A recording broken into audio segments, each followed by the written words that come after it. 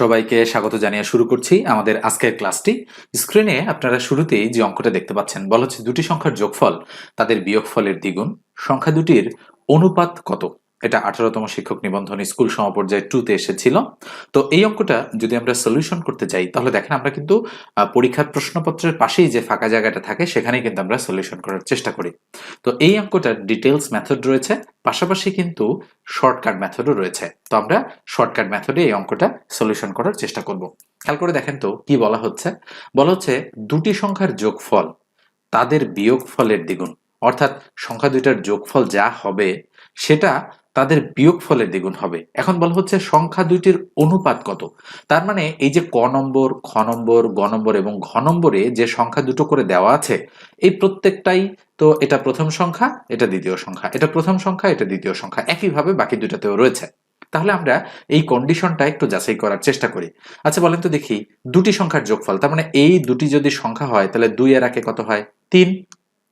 এরপর বলা হচ্ছে তাদের বিয়োগফলের দ্বিগুণ। আচ্ছা 2 এর থেকে 1 বাদ দিলে কত হয়? 1। তাহলে 1 এর দ্বিগুণ কি 3 হচ্ছে? কখনোই না, তার মানে ক নম্বর অপশনটা হবে না। এরপর আসেন, বলা হচ্ছে দুটি সংখ্যার যোগফল তাদের বিয়োগফলের দ্বিগুণ। আচ্ছা এই দুটোর যোগফল কত? যোগফল হচ্ছে 4। আর এই দুটোর বিয়োগফল কত? 3 এর থেকে 1 বাদ দিলে 2। আচ্ছা বলেন তো যোগফলটা বিয়োগফলের দ্বিগুণ হচ্ছে কিনা? অবশ্যই।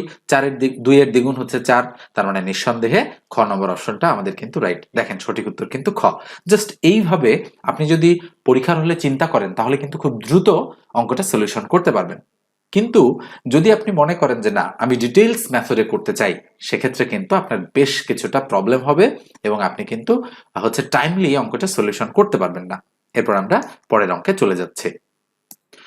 স্ক্রিনে দেখতে পাচ্ছেন আমি যে অনলাইনে পড়াই আপনাদের, এই শীটটা থেকেই কিন্তু পড়ানোর চেষ্টা করি। তো খেয়াল করে দেখেন চ্যাপ্টার 1-এ বলা হচ্ছে পাটিগণিত সম্বন্ধীয় সূত্র এবং নিয়মাবলী। এখানে এই অঙ্কটা আছে এবং ডিটেইলস মেথডে কিন্তু এই যে দেখেন ডিটেইলস মেথডে কিন্তু অঙ্কটা করে দেওয়া রয়েছে। খেয়াল করে দেখেন এখানে ডিটেইলস মেথড রয়েছে এবং পাশাপাশি নিচের দিকে খেয়াল করেন আমরা কিন্তু শর্টকাট মেথডেও এই অঙ্কটা এখানে করে দেখিয়েছি যে কিভাবে আপনারা অপশন টেস্ট করে এই ধরনের অঙ্ক খুব দ্রুত গতিতে করতে পারবেন। এরপরে দেখেন এখানে 2 নম্বর যে অঙ্কটা আছে, তো 2 নম্বরে বলা হচ্ছে যে সহকারী থানা মাধ্যমিক শিক্ষা কর্মকর্তা পদে, এটা 2015-তে এসেছে এবং মানে থিওরিটিক্যাল অঙ্ক এগুলো। বলা হচ্ছে উপরে এক্স তার নিচে 0 এর মান কত হবে। তাহলে খেয়াল করে দেখেন কোন সংখ্যাকে মানে 0 বাদ দিয়ে কোন সংখ্যাকে যদি আমরা 0 দ্বারা ভাগ করি তাহলে সেটা সবসময় কি হয়? সেটা সবসময় অসীম হয়। এই বিষয়টা কিন্তু আপনাদের একটু মাথায় রাখতে হবে এবং এগুলো হচ্ছে বিভিন্ন রকমের থিওরিটিক্যাল অঙ্ক। তো এরপর আমি আপনাদের মানে যে অঙ্কগুলো বুঝতে কিছুটা প্রবলেম হয়, যেমন এই যে একটা অঙ্ক দেখেন, এই যে 11 নম্বর যে অঙ্কটা দেয়া রয়েছে, খেয়াল করে দেখেন এই ধরনের অঙ্ক কিন্তু ম্যাক্সিমাম সময় পরীক্ষায় আসতে দেখা যায়। ওকে, এই যে দেখেন 11টা, তো আমি 11 নম্বর অঙ্কটা আপনাদের একটু করে দেওয়ার চেষ্টা করছি। কি বলা হচ্ছে দেখেন, এখানে বলা হচ্ছে কিন্তু যে কোন সংখ্যার 7 এর 2 অংশ 64 এর সমান। এটা ডাক বিভাগ অফিস সহায়ক পদে 2022 এসেছে। তো কোন সংখ্যার যেহেতু বলেছে, তার মানে আমরা ধরে নিলাম যে ধরি সংখ্যাটি হচ্ছে x। কি ধরে নিলাম বলেন তো? যে ধরি সংখ্যাটি x। তাহলে বলেছে কোন সংখ্যার 7 এর 2 অংশ, তাহলে আমরা এভাবে লিখতে পারি যে x এর 7 এর 2 অংশ ইকুয়াল কত? 64। তাহলে এই 2 আর x গুণ করলে কি হবে? উপরে 2x, তার নিচে কত হবে? তার নিচে হবে 7 ইকুয়াল টু কত হবে? 64। তাহলে 64 এর নিচে 1 আছে, এটা দ্বারা এটাকে গুণ, এটা দ্বারা এটাকে গুণ, তাহলে আমরা লিখতে পারি 2x ইকুয়াল টু 64 ইন্টু 7। তাহলে সুতরাং x ইকুয়াল টু কি হবে বলেন তো দেখি? এই যে 64, এই 2 তার নিচে চলে আসবে। আমরা যদি কাটাকাটি করি 32 দুগুণ 64, তাহলে কি হচ্ছে 7 আর 32 গুণ করলে 7 দুগুণ 14, 4 হাতে 1, 3 সাথে 21 আর হাতের একে কত হয়? 21 আর একে 22, তার মানে 224 হচ্ছে আমাদের সঠিক উত্তর। তাহলে খেয়াল করে দেখেন এই যে ঘ নম্বর যে অপশনটা রয়েছে এটাই আমাদের সঠিক উত্তর। ঠিক আছে, এরপর আমরা পরের অঙ্কে চলে যাচ্ছি।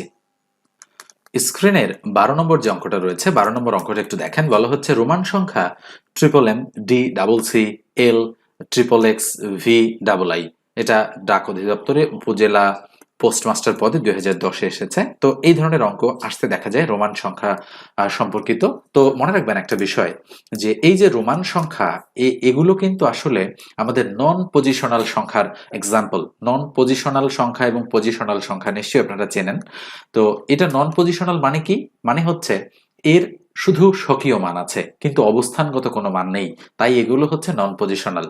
তো এম মানে মনে রাখবেন 1000, ডি মানে হচ্ছে 500, সি মানে হচ্ছে 100, এল মানে হচ্ছে 50, এক্স হচ্ছে 10, ভি হচ্ছে 5, আর এই যে আই এর মতো এগুলো হচ্ছে 1।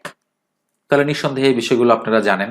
তাহলে এগুলো কয়টা এম আছে পাশাপাশি? 3টা, তাহলে 3000। কয়টা ডি আছে? একটা, তাহলে 3500। কয়টা সি আছে? 2টা, তাহলে 3700। একটা এল আছে, তাহলে 3750, তাহলে 3760, 70, তাহলে কত হচ্ছে? 60, 70, 80। তাহলে কি দাঁড়াচ্ছে? আমাদের কিন্তু এখানে দাঁড়াচ্ছে যে 3700 কত হচ্ছে? 80 হচ্ছে।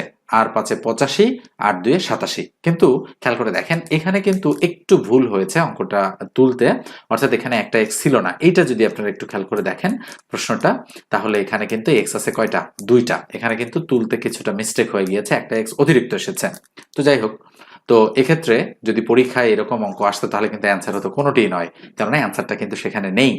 আর যেহেতু এখানে আমি বললাম একটা এক্স ছিল 2টার জায়গায়, তাহলে অ্যান্সারটা হবে খ, অর্থাৎ 3777। অর্থাৎ এই অনুপাতে আপনারা যদি অ্যান্সার বের করেন তাহলে 3777, আর এই অনুপাতে যদি আপনারা অ্যান্সার বের করেন তাহলে কত হচ্ছে বুঝতেই পারতেছেন এটা। তো এবার আমরা পরের অঙ্কে চলে যাচ্ছি। 15 নম্বর অঙ্কটা দেখেন, বলা হচ্ছে 30 এবং 50-এর মধ্যবর্তী মৌলিক সংখ্যাগুলোর গড় কত? তাহলে 30 এবং 50-এর মধ্যবর্তী কয়টা মৌলিক সংখ্যা আছে বলেন তো দেখি। আমরা বলতে পারি 31, 37, 2টা আছে। তারপরে 41, 43, 47, এখানে 3টা আছে, অর্থাৎ 40 থেকে 50 রেঞ্জের মধ্যে 3টা আছে, এবং 30 থেকে 40 রেঞ্জের মধ্যে 2টা আছে। তাহলে মোট কয়টা? 5টা। তাহলে আমরা করব কি, এই 5টা সংখ্যা যোগ করে কত দিয়ে ভাগ করব? 5 দিয়ে। তাহলে আমাদের কি বের হবে? গড় বের হবে। নিঃসন্দেহে আপনারা গড় বোঝেন, তাহলে এটা যোগ, মাঝখানে প্রত্যেকটার যোগ চিহ্ন। এভাবে কিন্তু প্রশ্নপত্রের মধ্যেই আপনাকে অঙ্কগুলো করতে হবে। তাহলে টোটালটা যোগ করে কত আসবে আমাদের? 199। তাকে ভাগ করবো আমরা 5 দিয়ে, অ্যান্সার হচ্ছে 39.8। তাহলে নিঃসন্দেহে ঘ নম্বর অপশনটা আমাদের রাইট অপশন। স্ক্রিনের এই অঙ্কটা দেখেন কি বলা হচ্ছে, 72-এর কতটি ভাজক আছে? 26তম বিসিএস প্রিলিমিনারি পরীক্ষার অঙ্ক এটা। তো আমরা খুব সহজভাবে এই ধরনের অঙ্কগুলো করতে পারি, এবং এগুলো কিন্তু বারবার আসে বিভিন্ন চাকরির পরীক্ষায়। তাহলে সংখ্যা হচ্ছে 72। এই 72-এর ভাজক, তার মানে 72কে কত কত দ্বারা ভাগ করা যায় সেটাকেই বলা হচ্ছে 72-এর কতটা ভাজক আছে। তাহলে আমরা 72কে প্রথমে লসাগু করব, সবচেয়ে ছোটটা দিয়ে 2 দিয়ে, 36 দুগুণ 72, আবার 2 দিয়ে দেওয়ার চেষ্টা করব, তাহলে 18 দুগুণ 36, আবার 2 দিয়ে দিব, তাহলে 9 দুগুণ 18, আর তো 2 দিয়ে যাচ্ছে না, এবার 3 দিয়ে, 3 3 9। তাহলে আমরা বলতে পারি 2 আছে কয়টা? 3টা, তাহলে 2 টু দি পাওয়ার 3 ইনটু 3 আছে কয়টা? 2টা, তাহলে 3 এর উপর স্কয়ার। এখন শর্টকাট মেথডে আমরা যদি এটা বের করতে চাই তাহলে আমাদের যেটা করতে হবে সেটা হচ্ছে, এই যে উপরে 3 আছে এবং এই যে উপরে পাওয়ার 2 আছে, এই 3-এর সাথে 1 যোগ করতে হবে, আর এই 2 এর সাথে 1 যোগ করতে হবে, এবং এই যে দুটো সংখ্যা হবে, তাহলে 3 আর 1-এ 4 আর 2 আর 1-এ 3, এই দুটো গুণ করতে হবে, তাহলে আমাদের ভাজক বের হয়ে আসবে। তাহলে 3 আর 1-এ 4 আর 2 আর 1-এ 3, তাহলে 3 4-এ কত? 12। তাহলে নিঃসন্দেহে আমাদের সঠিক উত্তর হচ্ছে খ নম্বরটা রাইট। এরপর আমরা পরেরটাতে চলে যাচ্ছি। তাহলে দেখেন 19 নম্বরটা এবং 20 নম্বরটা তাহলে আপনারা অনায়াসেই করে ফেলতে পারবেন, এবং এখানে কিন্তু অ্যান্সার দেয়া রয়েছে। 19-এর হচ্ছে গ, আর 20-এর হচ্ছে ঘ। তাহলে এই 19 এবং 20 আপনারা নিজেরা করবেন, করে অ্যান্সারটা মেলাবেন যে ঠিকঠাক আছে কিনা আপনাদের। ওকে, এবার আমি 21 নম্বর অঙ্কে চলে যাচ্ছি। 21 নম্বরটা দেখেন, বলা হচ্ছে এক্স এর মান একটি বিজোড় সংখ্যা হলে নিম্নের কোনটির মান জোড় সংখ্যা হবে? এটা পল্লী উন্নয়ন বোর্ড মাঠ সংগঠক ও মাঠ কর্মী পদে 2014-তে এসেছে। তাহলে অ্যান্সার গুলো কিন্তু, মানে অপশন গুলো কিন্তু একটু অন্যরকম ভাবে দেওয়া রয়েছে। 2x + 1, 2 × x + 1, 2x - 1 এবং x - 2, 4টা সম্ভাব্য উত্তর রয়েছে। বলা হচ্ছে যে x যদি একটি বিজোড় সংখ্যা হয়। আচ্ছা, x বিজোড় সংখ্যা হওয়া মানে কি? x এর মান 1 হতে পারে, 3 হতে পারে, 5 হতে পারে, 7 হতে পারে, 9 হতে পারে, এগুলো তো সব বিজোড় সংখ্যা, তাই না? তাহলে x এর মান বিজোড় সংখ্যা, তাহলে আমরা 1 ধরে নিলাম যে x এর মান 1। একটা বিজোড় সংখ্যা হলে নিম্নের কোনটির মান জোড় সংখ্যা হবে? অর্থাৎ এই ক্যালকুলেশন করে দেখতে হবে যে কোনটা জোড় হবে। তাহলে জোড় সংখ্যা কোনগুলো? 2 4 6 8 10 12, এগুলো জোড় সংখ্যা।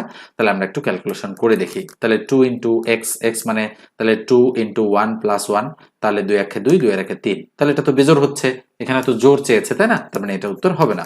এরপর এটা আসি, তাহলে 2 × 1 + 1, তাহলে ইকুয়াল কত হচ্ছে? 2 ইন্টু 2, তাহলে 2 দুগুণ কত 4, তাহলে নিঃসন্দেহে খ নম্বর অপশনটা রাইট, অবশ্যই খ উত্তর।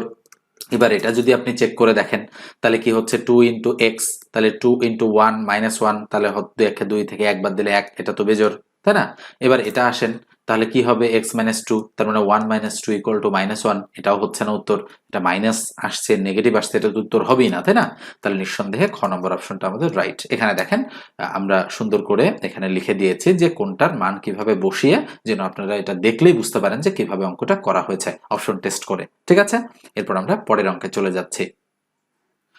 22 নম্বর অঙ্কটা দেখেন, বলা হচ্ছে এক্স ও ওয়াই দুটি ক্রমিক জোড় সংখ্যা হলে নিচের কোনটি বিজোড়? এটা ন্যাশনাল এগ্রিকালচারাল টেকনোলজি প্রোগ্রামে 2019-এ এসেছে। তাহলে কি বলা হচ্ছে অঙ্কটাতে? বলা হচ্ছে যে এক্স ও ওয়াই দুইটি ক্রমিক জোড়। আচ্ছা, ক্রমিক জোড়, ক্রমিক শব্দের অর্থ নিশ্চয়ই আপনারা বোঝেন। ক্রমিক মানে হচ্ছে ধারাবাহিক, যার ইংরেজি হচ্ছে কনজিকিউটিভ। ক্রমিক মানে হচ্ছে একের পর দুই, দুইয়ের পর তিন, তিনের পর চার, এটা হলো স্বাভাবিক ক্রমিক সংখ্যা। কিন্তু ক্রমিক জোড় বলেছে, তার মানে শুরু হবে 2 দ্বারা, 2 এর পর 4, 4 এর পর 6, 6 এর পর 8, 8 এর পর 10, 10 এর পর 12, 12 এর পর 14, এগুলো কি? এগুলো হচ্ছে ক্রমিক জোড়। তাহলে এক্স ও ওয়াই দুটি ক্রমিক জোড়, তাহলে আমরা ধরে নিলাম যে এটা হলো এক্স আর এটা হলো ওয়াই। তাহলে কি কি ধরে নিলাম আমরা? যে এক্স এর মান 2 আর ওয়াই এর মান হচ্ছে 4, এ দুটো ক্রমিক জোড় হলে নিচের কোনটি বিজোড়? তার মানে এগুলো ক্যালকুলেশন করে দেখতে হবে যে কোনটা বিজোড় হচ্ছে। বিজোড় মানে কি? 1, 3, 5, 7, 9 এগুলো হবে। আচ্ছা, এক্স স্কোয়ার, তাহলে এক্স এর মান 2 ধরেছি, এক্স এর উপরে স্কোয়ার মানে 4, এটা জোড়, এটা উত্তর হবে না যেহেতু বিজোড় চেয়েছে। ওয়াই স্কোয়ার, ওয়াই এর মান কত? 4, তাহলে 4 এর স্কোয়ার মানে 16, এটা উত্তর হবে না। এক্স স্কোয়ার প্লাস 1, এক্স এর মান কত? এক্স এর মান হচ্ছে 2, তাহলে এক্স এর উপরে স্কোয়ার মানে 4 প্লাস 1, তাহলে 4 আর 1 কত? 5, তার মানে অবশ্যই গ নম্বরটাই আমাদের সঠিক উত্তর। ঠিক আছে, স্ক্রিনের 29 নম্বর অঙ্কটা দেখেন কি বলা হচ্ছে। বলা হচ্ছে 12 ও 96 এর মধ্যে এই দুটি সংখ্যা সহ কয়টি সংখ্যা 4 দ্বারা বিভাজ্য? তার মানে আমরা যদি হচ্ছে দেখতে পাই যে শুরুতে কত রয়েছে 12 এবং পরে কত রয়েছে 96, তাহলে 12 থেকে 96 এর মধ্যে, অর্থাৎ এই দুটি সংখ্যা সহ মানে কি 12 কেও হিসেব করতে হবে, 96 কেও হিসেব করতে হবে। তাহলে যেটা দাঁড়াচ্ছে সেটা হচ্ছে যে কয়টি সংখ্যা 4 দ্বারা বিভাজ্য। তাহলে 4 দ্বারা বিভাজ্য যে জিনিসটা, আমরা যদি 1 থেকে হিসাব করি, যে আমরা ধরলাম যে 1 থেকে শুরু করে 96 পর্যন্ত এই টোটাল সিরিজের মধ্যে কয়টা সংখ্যা 4 দ্বারা বিভাজ্য? সরি, একটু প্রবলেম হয়ে গিয়েছিল। তো যেটা বলছিলাম, দেখেন এখানে কি বলা হচ্ছে, 12 ও 96 এর মধ্যে এই দুটি সংখ্যা সহ কয়টি সংখ্যা 4 দ্বারা বিভাজ্য। তাহলে আমরা হচ্ছে কি বলতে চাচ্ছি, যে এই যে হচ্ছে আপনাদের 12 এবং 96, তো এই 12 এবং 96 4 দ্বারা বিভাজ্য। তো আমরা 1 থেকে 96 পর্যন্ত হিসাব করতে পারি, যেটা আমি লিখেছিলাম আগেই। তাহলে 1 থেকে 96 পর্যন্ত মোট কয়টা সংখ্যা 4 দ্বারা বিভাজ্য সেটা আমরা বের করতে চাই। তাহলে 96 কে যদি আমরা 4 দ্বারা ভাগ করি, তাহলে 4 দুগুণ 8 থাকে 116, 4 4 16, তাহলে মোট 24টা সংখ্যা 4 দ্বারা বিভাজ্য 1 থেকে শুরু করে 96 এর মধ্যে। কিন্তু যেহেতু বলা হচ্ছে 12 থেকে শুরু, তাহলে মানে হচ্ছে 12-র পূর্বে 4 দ্বারা বিভাজ্য সংখ্যা কি আছে? একটা 4 আর একটা 8, তাহলে এই দুটো বাদ যাবে। তাহলে দুটো যদি বাদ যায়, তাহলে 24 থেকে 2 বাদ গেলে কত থাকে? 22। তাহলে নিঃসন্দেহে আমাদের সঠিক উত্তর হচ্ছে এই খ নম্বর অপশনটা। ঠিক একইভাবে নিচের 30 নম্বর অঙ্কটা দেখেন, বলা হচ্ছে 40 থেকে 100 পর্যন্ত বৃহত্তম ও ক্ষুদ্রতম মৌলিক সংখ্যার অন্তর কত? তাহলে নিশ্চয়ই আপনারা বোঝেন অন্তর মানে কি? অন্তর মানে হচ্ছে বিয়োগ। তাহলে 40-এর চেয়ে বড় মৌলিক সংখ্যা কত আছে? 41। আর 100-র চেয়ে ছোট মৌলিক সংখ্যা কত আছে? 97। নিঃসন্দেহে আপনারা মৌলিক সংখ্যার তালিকাটা জানেন।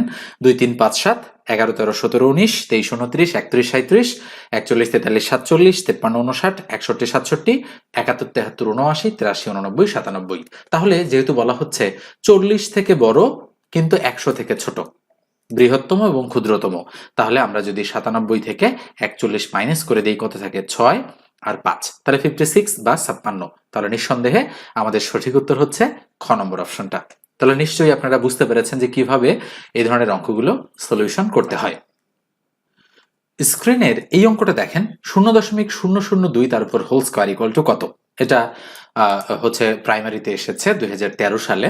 তো খেয়াল করে দেখেন, অঙ্কটাতে বলা হচ্ছে 0.002, তাহলে আমরা বলতে পারি দশমিকের পর 2টা 0 2 আছে, 0.। তাহলে উপরে যেহেতু স্কোয়ার আছে তার মানে কি গুণন 0.002, তাহলে এই দুটো গুণ করলে কত হবে সেটা আমাদেরকে খুঁজে বের করতে বলা হচ্ছে। তাহলে বলেন তো দশমিকের পর 3 ঘর আর এখানেও দশমিকের পর 3 ঘর, তাহলে মোট কয় ঘর? তাহলে 0 মোট 6টা ঘর হবে। তাহলে 2 দুগুণ কত? 4, তাহলে বাকি 5টা ঘর আমরা কি করব? 0 দ্বারা মেকআপ করে দেব। তাহলে মোট 6টা ঘর হলো, তাহলে 0.504। তাহলে কোথায় রয়েছে অ্যান্সারটা?